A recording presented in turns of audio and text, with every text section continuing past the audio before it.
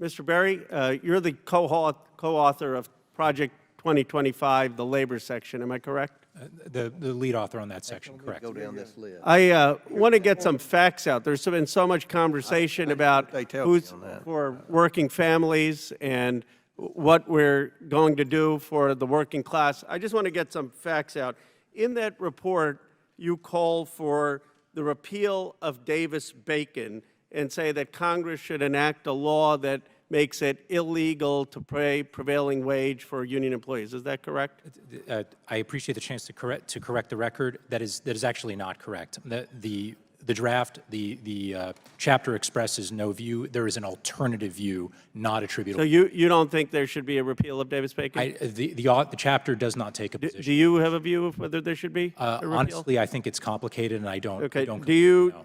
In the chapter, it says that you should end project labor agreements and project labor requirements. Is that correct? Same issue, Congressman. Yeah, you don't agree with that, or you say that the report doesn't call for that? The chapter does not speak to the issue directly. There's a dissent that does. I don't take a position. What about the rescinding of regulation prohibiting the discrimination on the basis of sexual orientation, gender identity, transgender status, and sex characteristics? Do you believe that we should be repealing any regulations to prevent discrimination on that? I'm blanking on exactly which regs we're talking about, but yes, I support what is in there on those issues. Yes. Would you reject Charlie Kirk's? I don't know what his intention is. I mean, would you commit to not going on the Charlie Kirk show again if he's advocating the Great Replacement Theory? And what Charlie Kirk has said is that he was pleased that Vivek Ramaswamy finally talked about the Great Replacement Theory on the campaign trail. And the Great Replacement Theory is basically that there's some intentional idea of replacing white Americans with brown and black Americans for additional votes or the diluting of America. You've rejected that. I would have to have a discussion with Charlie Kirk and find out what he means by what he says. But you reject the theory, correct? It depends what his meaning of his theory is. What does he mean by that? I mean, I read stuff in the media every day about me that's not true. What is it that you would think is a reasonable view of it? Again, I don't think what's happening is replacing white Americans. I think it's bringing in a large group of people who the left thinks will be future Democratic voters, or going to change them out with the census numbers, going to change the seats in the House and all that's done. But I'd have to talk to Mr. Kirk and find out what his views are and what he means by. But you believe there's an intentional effort by who to try to get more Democratic voters? I mean, what is it that your belief is? I've been asked why I think they support open borders and bringing millions of people in. And I, as I specified earlier, you were not here, I don't understand why anybody would want to unsecure a border. I don't see any downside in a secure border. So there has to be some sort of political... the last question on this is that just your speculation, or do you have any... I mean, that's a very serious charge to launch on... It's just one option out of many. Do I have direct evidence is happening? And who do you think is doing it? The Democratic Party operatives or other people? I mean, who's leading this, in your view? You know what? I think you need to ask the administration, why did you open the border and why do you want millions of people crossing the border and be released in the United States? That's a question for them. I will vote no today on the $17 billion aid package, which provides a blank check to Netanyahu, Ben-Gvir, and the extreme right-wing government in Israel. How dare Ben-Gvir, Israel's national security minister, have the gall to criticize America while calling for the mass expulsion of Palestinians? I will vote no because this bill includes zero humanitarian aid while children are dying and 400,000 Gazans face famine. I will vote no because this bill undermines human rights and international law, ignoring the recent ICJ decision calling on Israel to do more to protect Palestinian civilians. I will vote no because it is painfully obvious to the entire world that what is needed today is a permanent ceasefire and a release of all hostages. There come moments in a nation's history when our actions reveal our values. This is such a moment. We must stand for stopping the bombing, for ending this brutal war, and for justice in the Middle East with a Palestinian state with equal rights living side by side with Israel. If Netanyahu defies the United States and invades Rafah, will you commit today that you will halt any future military sales to Israel? Obviously, sir, that's a presidential decision, but you know, we expect that. And by the way, I spoke to Minister Gallant last night, and I expect that when we provide munitions to allies and partners, that they'll use them in a responsible way. But would you make a commitment that they defy what we're saying and they violate international law, by the way, which is opposed to National Security Memorandum 18 and National Security Memorandum 20, that if they don't do what we're saying, that we would halt those arms sales or transfers? Again, the decision to halt the provision of security assistance would not be mine. It would be. What would you recommend? Well, I certainly, again, I really do expect that that they utilize the weapons that we provide them in a responsible way, and then if they don't, I just want to, for time purposes, it seems to me if they're defying what you're telling them, what Kirby's telling them, what Sullivan's telling them, that wouldn't be responsible. This is the heart of why people are so upset at the PBMs. Can you just make that commitment? That you will not override a doctor's, maybe, how about this? Can you commit that if a doctor recommends it twice, you won't override it? As a physician, I hope you understand this. We value our partnership with physicians. I'm sure you value it. So then can you commit to taking their recommendation? Why wouldn't you commit to taking their recommendation? Or can you commit to not considering cost, taking cost out of your utilization? We are committed to the independent P&T committee that we have that is transparent, that includes independent. It's like lawyers are writing your statements. Mr. Carr, you didn't answer Mr. Raskin's simple question on ABC and revoking the license. I don't need to know whether you make the same decisions with Democrats or Republicans. I just want to know simply, do you think, based on the ABC debate, in your role as a former FCC commissioner, and do you think that that is grounds for revoking the license for ABC? Thank you. What I've said is consistent with what I've said for the past 6 years, which is every single decision, including in the licensing context, is one that I'll make based on the facts, the record. So what is with the First Amendment. The whole country has the facts. We all saw the debate. I mean, it's not like some complicated question. Based on those facts, based on what David Muir did, based on the questions that were asked, would you recommend that the license be revoked? I mean, President Trump obviously has an opinion on it. He's made it. What's your opinion? Look, I think I've been pretty clear. Again, I've been nominated by both President Biden and that's not answering the question. That's not answering the question. I mean, I've been asked different versions. You know, I'm not trying to be a debate moderator, but it's a simple. That answer would never fly in a debate. I mean, come on. It's a simple question. Do you agree with President Trump's opinion that? Look, at least I respect that Trump has an opinion. Just give us your opinion, yes or no. My opinion is that the FCC in every single case has to apply the law consistent with the First Amendment. And I'm saying, how would you apply it here? If Trump looked at the debate, he said the debate was unfair. He says that one thing that people respect about him, he says what he believes. You're sitting here and not giving us an opinion. Just say, yes, I agree with President Trump, or no, I disagree with it. This is what people, they hate the obfuscation. Just take a stand. How hard is it? My position is clear. What you're raising are concerns about weaponization. I think that's important that we talk about that. When there's a license transfer of radio stations... This is a bunch of gobbledygook. Let the witness answer the question. I'll give you an actual case. A license transfer in South Florida to a group that people believed were conservative purchasers. Democrats said the FCC should block it because the election depended on it. But my question is very simple. Based on the debate, and based on what Democrats in Congress who wrote letters to cable companies telling them they should drop Fox News because of the decisions that the newsroom made. Based on the debate, did you think that the questions were unfair or rigged in a way that calls for ABC's license to be revoked? The way President Trump has been very clear. I respect, he's very clear on his view. Do you agree or disagree with his view? It's a yes or no. Gosh, I think my position has been very clear going back to 2017 as a commissioner. Gentleman's time's expired, but please feel free to answer the question. 2012, I've maintained a very consistent issue. But if your concern is weaponization, we should talk about that. When President Biden stood at the White House podium and said Elon Musk is worth being looked at, and then all of a sudden, the FCC abruptly reverses a 2020 decision to get him $885 million to bring broadband to 640,000 people. I think that's concerning. When Democrats in Congress write letters to cable companies asking them to drop Fox News because of the decisions, I think that's concerning. And so I think you've seen from my record a consistent pattern of always basing my decisions at the FCC based on the law, the facts, and the First Amendment. That's what I've done. That's what I'll always do.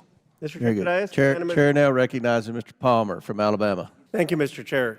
Dr. Winfrey, as you've said to Representative Stansbury and many others, you authored the Federal Reserve chapter of Project 2025. Now, in 2016, you were on President Trump's transition team, correct? That's right. And do you have any role in his transition team now? I do not. In the Project 2025 Federal Reserve chapter, you recommend that we eliminate the dual mandate for the Fed. Is that correct? That's correct. And do you still recommend that if President Trump wins, he do that? I would recommend that. And to explain that, It would actually require action from Congress. but you would recommend that he pursue that policy. And to explain that, that basically means right now the Fed has a mandate to lower inflation and also to have full employment. You think that what the Fed should do is just focus on lowering inflation. In other words, would you recommend then that Chairman Powell should be raising interest rates until inflation comes to 2%? I don't have any insight into the But data that the Federal but Reserve if you were has to that eliminate they're the- using to make their decision. If you were to eliminate the dual mandate, Correct. Do you have a view of what the inflation target should be? So I think it should be about 2%. And so wouldn't the... As it has been historically. Wouldn't the natural course be that the Fed would have to raise interest rates until they hit the 2% mandate if that's the policy and if they aren't considering employment? That's correct. But let's take a step back. The Federal Reserve has a dual mandate. Other large central banks like the European Central Bank and the Bank of England do not. They have a single mandate, price stability. Sure, but under right? your proposal, because which it's something they can actually control. I just want to be clear. What you're saying is a future Trump presidency, if he took your recommendations, would mean higher interest rates. I mean, you would have the Fed under an elimination of the dual mandate, basically raising rates. Meaning, if I could finish, meaning that the stock market is going to go down with the rates being raised, meaning that we're going to have a problem with unemployment if the rates keep going up, because you're basically saying that the Fed has to be singularly focused on 2%. Am I misinterpreting what you're saying? The Federal Reserve is an independent central bank, right, that has a mandate, a dual mandate from Congress. Congress would have to change that. But the president has... The whole point is you want it changed. You want it changed, and you want Trump to change it. You were on the transition team. You've written a whole paper on it. I don't understand. Yeah, it's a defensible position. I mean, I think Milton Friedman, others would want it, but the American people should know the consequences. I mean, what you're advocating is Volcker-like policies, but at a time where we have 2.8% or 2.3% inflation. And what under your proposal, and if Trump comes and listens to you, what that would mean is higher interest rates for the American people until we got to 2% interest, right? Isn't that correct? And what happened after Volcker was the Fed chair?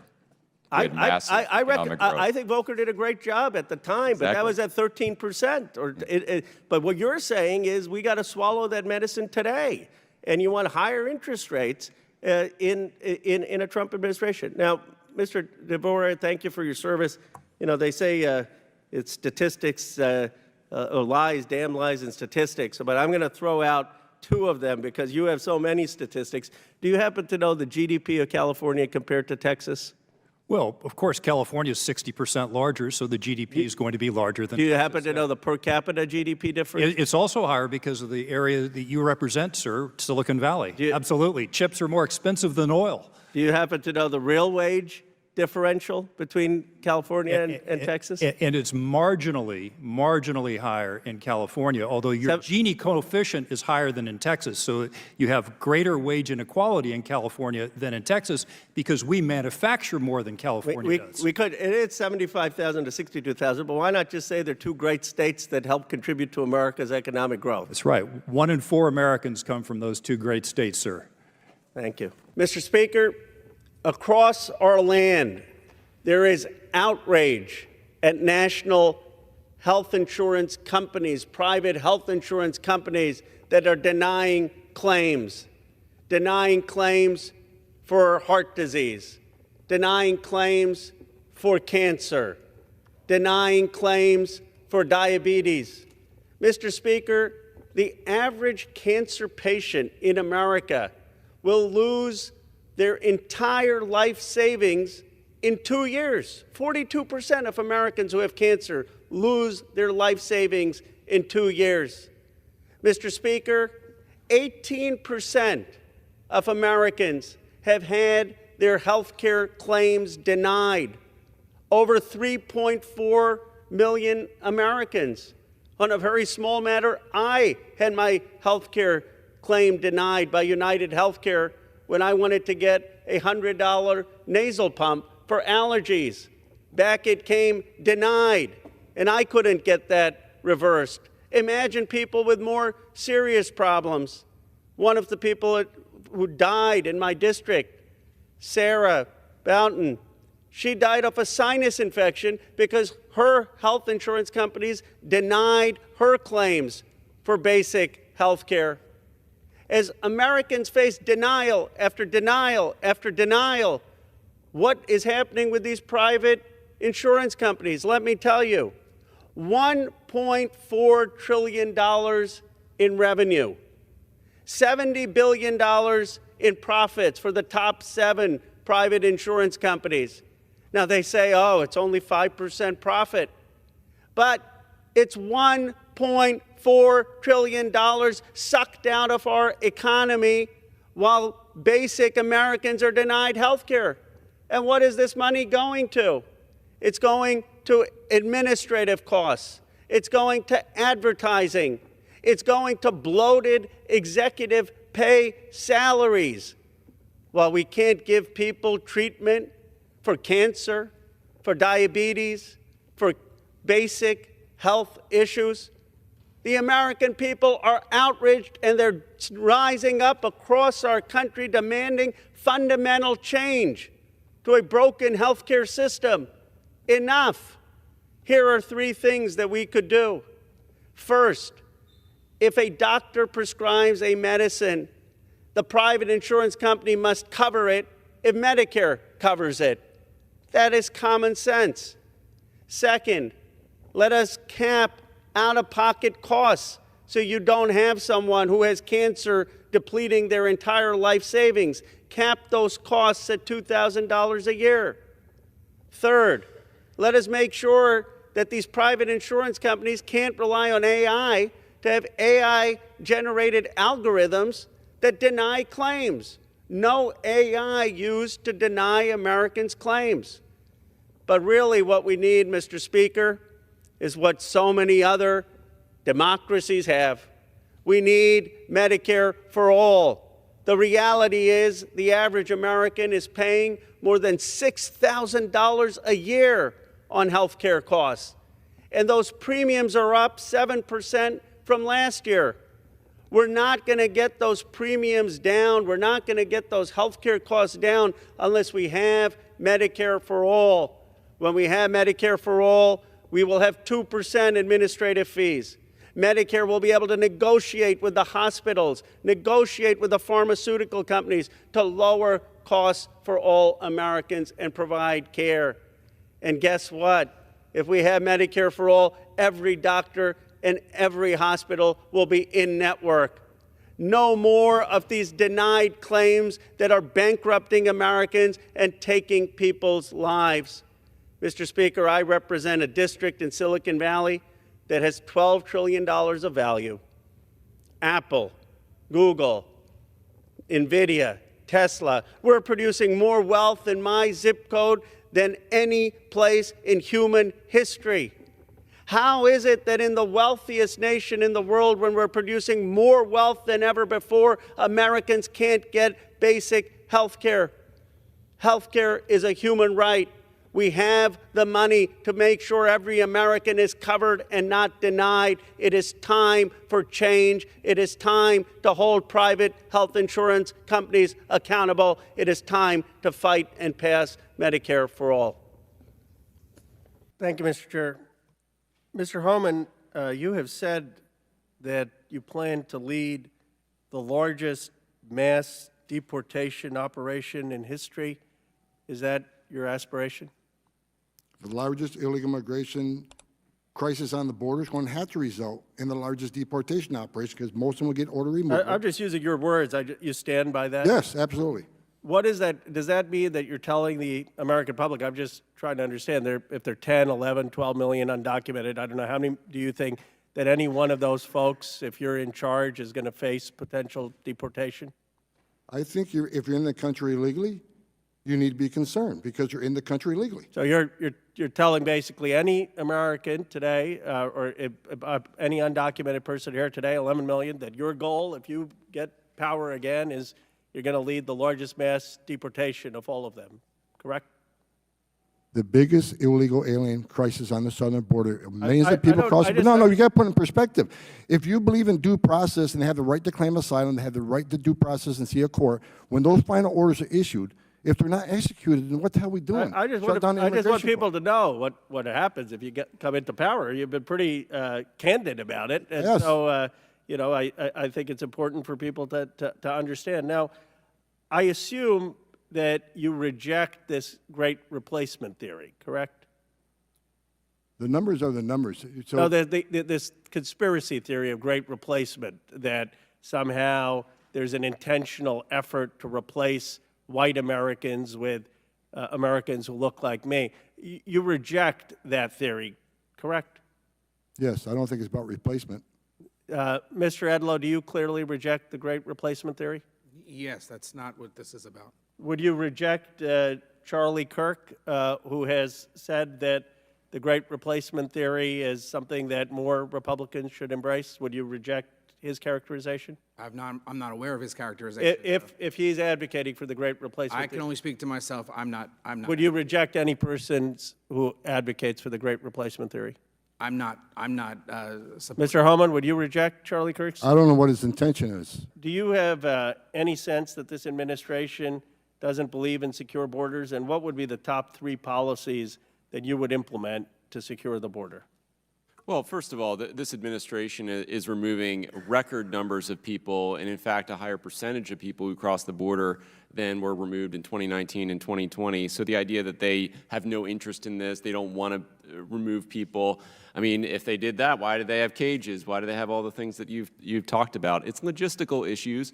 Congress has funded 34,000 beds, and that's how many people arrive in 4 days at the border. That's why people are being released. The solution to this is legal immigration. We need to resolve how we want people to come to this country.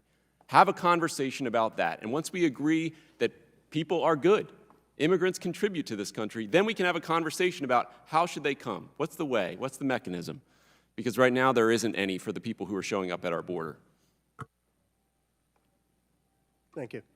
Thank you, Mr. Chairman. Mr. Secretary, about how many Palestinian women and children have been killed by Israel since October 7th? It's over 25,000. Mr. Secretary, last week, the UN High Commissioner for Human Rights warned that any transfer of weapon or ammunition to Israel violates international law. About how many precision-guided munitions has the United States given Israel since the beginning of the war? I don't have that number at my fingertips, but we have endeavored Mr. Secretary, it's about 21,000 precision-guided munitions to Israel since the start of the war. Secretary Austin, last week you spoke to Defense Minister Gallant, and you said clearly there needs to be a plan to ensure the safety and support of those sheltering in Rafah before any military operations proceed. National Security Advisor Sullivan has said he has not seen any plan yet. John Kirby said it would be a disaster to invade Rafah. Extremist settler Stomrich, Israel's finance minister, stopped American flour, which our taxpayers paid for to get into Gaza. If Israel again ever stops American-paid aid from getting into Gaza, will you commit to not sending future arms sales? Again, that's not my decision. I would, number one, do what I've been doing and engage the leadership and encourage them to ensure that humanitarian assistance is getting. Mr. Secretary, I would just say, and I have one more question, that we need some consequences when another country is defying you, defying the National Security Advisor, defying the President, defying National Security Memorandum 20. There has to be some consequence. And then I was surprised John Kirby said that Israel is taking more precautions than the U.S. military would to protect civilian life. Mr. Austin, Secretary Austin, isn't that statement inaccurate given Israel has used hundreds of 22,000-pound dumb bombs when there were no place for civilians to go? Would the U.S. government ever target terrorists with 2,000-pound bombs in a densely populated area? Well, I mean, it depends on the situation, and again. But have we done that? Use 45% of bombs that are unguided or a 2,000-pound bomb? I mean, do you really think that the Israeli government military is taking more precautions than the United States military would? I think, just based upon the results in terms of the significant loss of life. Gentleman's time's expired. Chair, and I recognize the gentleman from there's more that can Wisconsin, be Mr. done. Gallagher. And it should be done. Just to be clear, you would repeal any regulations that prohibit discrimination on the basis of sexual orientation, gender identity, and sex characteristics. The position is that Bostock should be read properly narrowly and not extended to the biological areas like bathrooms that we've been discussing today. But that's not what the report says. The report says basically you don't want any regulations that prevent discrimination against gay people and people based on sexual orientation or gender identity. I mean, that's what you call for in the report. No, the chapter accepts Bostock according to its terms, but resists its extension to areas where it doesn't apply. I mean, I'm just quoting directly. It says, rescind regulations prohibiting discrimination on the basis of sexual orientation, gender identity, and sex characteristics. I mean, do you stand by that statement? I stand by what it says in the chapter, yes. So just to be clear, I mean, that basically means you don't believe that we need to have laws to protect people from discrimination. If someone is gay or someone is transgender, you think that there should not be laws to protect them. Let me go on to one other issue in this report. You say that we need to be scheduling civil employees as F-scheduled employees, which means that the president would have the authority to fire about 50,000 civilian employees if she or he wants to. Is that correct? Someone else said responsibility. I do support that as a policy matter, that ultimately the president and people accountable to the president should be the ones setting our executive branch policy. So, I mean, under this scenario, if for example, if President Trump returns to office, he would be able to fire about 50,000 people who are currently civil servants and bring in people who are more consistent with his ideology, and you're recommending this as a policy, correct? Having more political accountability is a very good thing. I just want to know, I'm not trying to argue with you, I'm saying for a fact, so you support the idea that Donald Trump could come in, hypothetically, if he wins the election, fire 50,000 civil employees and replace them with people who support his ideology? I support the Schedule F idea, yes. And that means that if he wants to take civil servants from the Justice Department, State Department, and from the Department of Homeland Security, and he says they aren't sufficiently for MAGA, I want to fire these folks, 50,000 of them, and replace them with people more aligned with MAGA, he would have the ability to do that. Currently, there are only 4,000 political appointees. You want him to have the authority, if he wins the election, to have 50,000 people replaced, correct? It's a lesser civil service regime. It's not the same as political appointees, but political policy responsiveness is appropriate when it comes to any employee who touches on public policy, which the Schedule F class would. I'm directionally correct. I mean, I think American people should decide whether they want that or not. You're basically saying he should have the ability to fire up to 50,000 people if they're not doing what his ideology is, and replace them with people more consistent with his ideology, and reclassify these folks as Schedule F, correct? 100%. Thank you. Thank you, Mr. Chair. Dr. Conway, you're here as CEO of Optum Rx, but before that, you were a doctor, actually a well-respected doctor, a pediatrician, as I understand it. And so I want to ask you, when you were a doctor, if you had a 10-year-old, for example, who came in with arthritis, and you recommended or prescribed Humira, do you believe that your judgment would be more valuable than some of your colleagues at Optum who may not have treated that patient? Sir, I'm still a practicing pediatrician. Wonderful. So, can you answer the question? In terms of clinical care, I believe clinical care should be based on evidence and the best medicine for the populations of patients. But you wouldn't privilege the doctor's opinion in that case? I mean, if you were treating a patient, 10-year-old with juvenile arthritis, you say, okay, I think she needs Humira. Would you agree that your opinion should be given more weight than someone at Optum who may not actually treat that patient? So I agree that prescriptions prescribed by physicians when consistent with the clinical evidence should be approved and given to the patient. But that didn't happen in the case of Cassidy, right? Are you familiar with this case where she was a 10-year-old girl? She had juvenile arthritis, and her doctor prescribed Humira, but for 6 months there was denial of that medicine, and then the juvenile arthritis spread to her rib cage. Do you agree that that denial was wrong? So for any individual case, we are happy to look into it with you and get back to you. I would go. Do you know why that was denied? I would go back to our process, which was an independent pharmacy and therapeutics. Are you familiar with the process where you called utilization management? We have an independent pharmacy and therapeutics committee, which has pharmacists and clinicians. And what happened in Cassidy's case, because of utilization management, is the committee went back to Cassidy's doctor and said, no, don't give her Humira, even though the disease is spreading to her rib cage and she's in pain for 6 months, because you need to try cheaper drugs first. Is that what utilization requires? So the vast majority of medications are approved when prescribed. That's not my question, but is there a policy that you require people to try out cheaper alternatives first and that the doctor is overruled, as happened in Cassidy's case?